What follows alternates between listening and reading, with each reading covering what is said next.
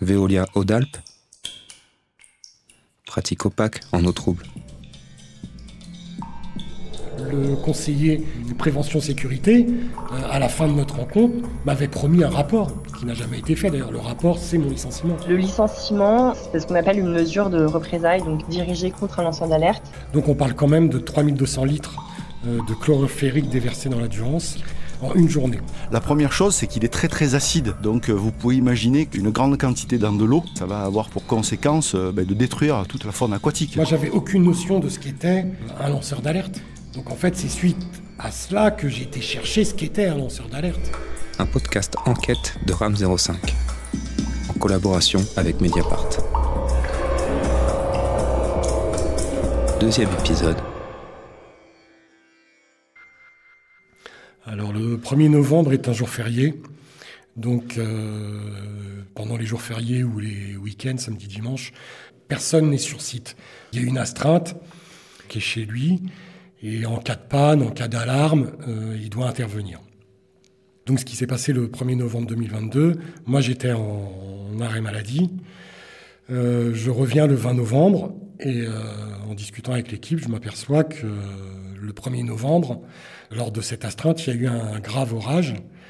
Et durant cet orage, ça a fait siphonner la cuve de chlorure ferrique.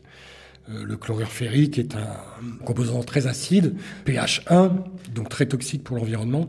Et donc cette cuve a siphonné de 9h30 à peu près le matin jusqu'à 8h le lendemain matin. Enfin, quand l'équipe est arrivée sur site, elle s'est aperçue que la cuve a siphonné.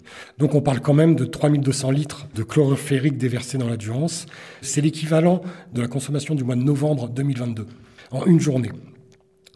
Donc je rentre, je vois ça, aucune trace de mail, rien ne sort. Donc je décide d'envoyer un mail à la direction, à mon responsable et à l'ensemble de la hiérarchie. Bonjour, j'aimerais revenir sur l'incident qui s'est passé le mardi 1er novembre. Un siphonnage de la cuve de chlorure ferrique a eu lieu durant 24 heures, soit une consommation de 3270 litres. Je ne referai pas l'historique de cette journée car étant absent, je n'ai pas à m'y immiscer. L'incident est suffisamment important pour être soulevé et je n'ai pas vu passer de fiche de non-conformité.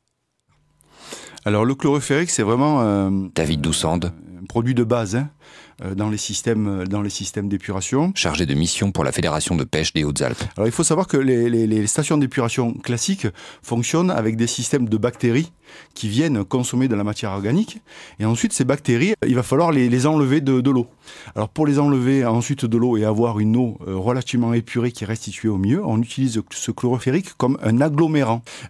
Toutes ces boues, ces bactéries et cette matière organique vont ensuite coaguler, vont devenir beaucoup plus grosses et vont pouvoir être filtrées rapidement. Alors c'est un produit ce qu'on appelle oxydant. C'est-à-dire qu'il va fortement réagir avec son environnement. La première chose, c'est qu'il est très très acide. Donc vous pouvez imaginer qu'une grande quantité d'acide dans de l'eau, ça va avoir pour conséquence de détruire toute la faune aquatique, que ce soit les invertébrés aquatiques, les bactéries ou les poissons. Voilà, ça c'est certain, c'est vraiment très très nocif pour l'environnement aquatique et ça a aussi un rôle ça va pomper tout l'oxygène qu'il va y avoir autour de cette solution. Voilà, donc c'est le phénomène d'anoxie et là aussi vous imaginez que pour la faune aquatique c'est assez catastrophique. Voilà. Donc des rejets en faible quantité dans le cadre d'un fonctionnement classique d'une station d'épuration avec des rejets très très limités, c'est pratiquement insignifiant pour le milieu naturel. Les milieux naturels vont diluer ces faibles quantités et il ne va pas y avoir d'impact. Par contre, c'est sûr qu'un rejet important en grande quantité dans le milieu, c'est une pollution avérée avec de la mortalité. Voilà, de la mortalité peut-être piscicole, etc. Puisque considérant que l'incident était suffisamment grave, on aurait dû le déclarer à la police de l'eau et à la CCSP. À mes yeux, c'est grave. On ne sait pas comment Veolia justifiera, mais en tout cas, moi, je trouve l'incident suffisamment grave. On aurait dû alerter tous les services concernés. Les organismes d'État concernés. Extrait du rapport de l'enquête interne produite par Veolia, mars 2023.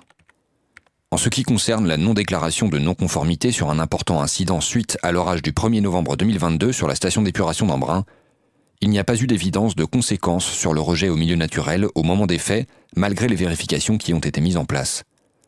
Par souci de transparence, cet incident aurait sans doute dû être porté à l'attention de la police de l'eau afin de l'informer de l'événement et des actions correctives et mesures de surveillance qui ont été mises en place.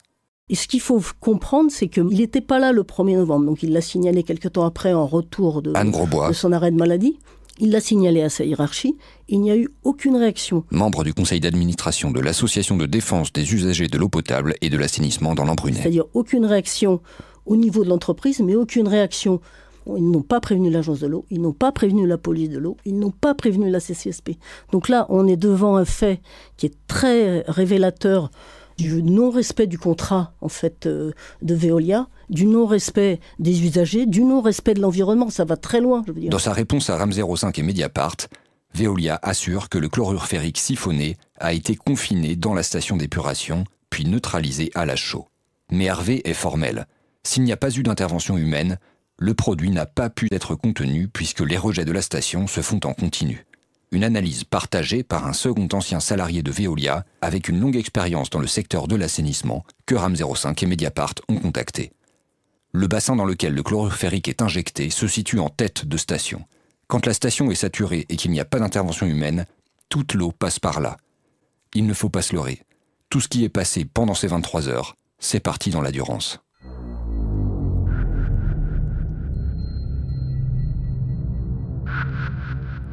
Suite à ce mail, je suis convoqué avec un conseiller prévention sécurité de Veolia au niveau régional.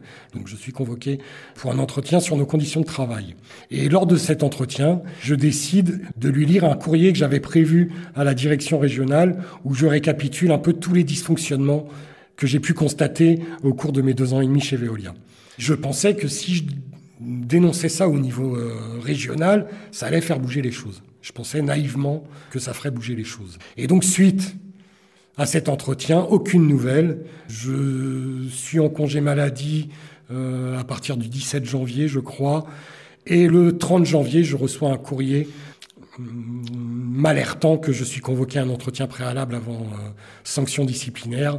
Et donc, suite à cet entretien, conseil de discipline.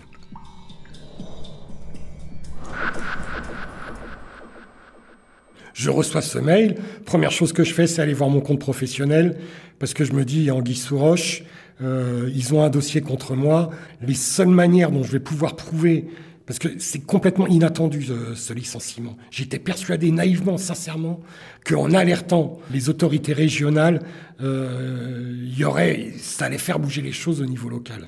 À l'inverse, ça s'est retourné contre moi. Et c'était totalement inattendu. Cette procédure disciplinaire. Et donc, première chose que je fais, quand je reçois mon courrier, je me connecte à mon compte professionnel, et là, plus de compte professionnel. J'ai plus accès à l'ensemble de mes mails, j'ai plus accès à rien. Et donc là, comment puis-je me défendre ? Ce que dit la loi depuis 2022, donc la loi en sa version applicable à ce dossier, Manon Isermans, c'est qu'il n'est plus obligatoire d'alerter en premier lieu sa hiérarchie. Et c'était jusque-là un prérequis, c'était d'ailleurs un peu... un frein parfois à certaines alertes. Responsable juridique à la Maison des lanceurs d'alerte. Et donc, depuis 2022, les lanceurs d'alerte peuvent directement effectuer un signalement externe, parmi une liste d'autorités compétentes qui est précisée dans un décret. Le conseiller prévention sécurité, à la fin de notre rencontre, m'avait promis un rapport qui n'a jamais été fait. D'ailleurs, le rapport, c'est mon licenciement. C'est la procédure à mon encontre, le rapport. Je m'aperçois que finalement, ce que je dénonçais n'était pas local, mais n'était tout simplement que le système Veolia dans sa globalité. Le fait de se faire sanctionner alors que tous vos entretiens individuels sont hyper bons. J'ai été augmenté de 5 000 € annuels en 2022, ce qui n'est pas rien. Ça doit faire 15% de mon salaire d'augmentation. Toujours félicité par ma hiérarchie. Et du jour au lendemain, comme ça, tout simplement parce que j'ai voulu dénoncer des irrégularités locales au niveau régional, on fait cette cabale, quoi. Il n'y a pas d'autre mot. Moi, j'avais aucune notion de ce qu'était un lanceur d'alerte. J'avais entendu parler de ça, mais... Donc, en fait, c'est suite à cela que j'ai été chercher ce qu'était un lanceur d'alerte. Dans le cas précis, alors même que ce n'était pas requis par la loi, espérait que la situation puisse se résoudre en interne. Il a donc d'abord tenté d'interpeller successivement des supérieurs à différents échelons hiérarchiques en vain. Et ensuite, il a alerté différents comités de Veolia au niveau régional puis national. Donc, par exemple, sans tous les citer, on a le comité social et économique ou le comité éthique de Veolia. Donc, il a vraiment insisté pendant plusieurs mois, en vain. Et donc, au bout d'un moment, quand même, restant sans réponse des différents organes saisis et comprenant que, en fait, ça n'allait absolument rien changer sur le terrain, il a décidé de saisir plusieurs autorités dites externes. Décision du défenseur des droits.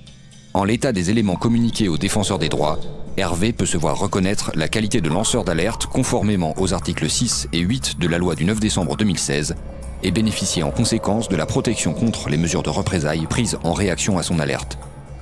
À ce titre, la concomitance entre les alertes et la procédure de licenciement prise à son encontre laisse présumer un lien entre celles-ci. Veolia Hautes-Alpes, pratique opaque en eau trouble. Un podcast enquête de RAM 05. En collaboration avec Mediapart.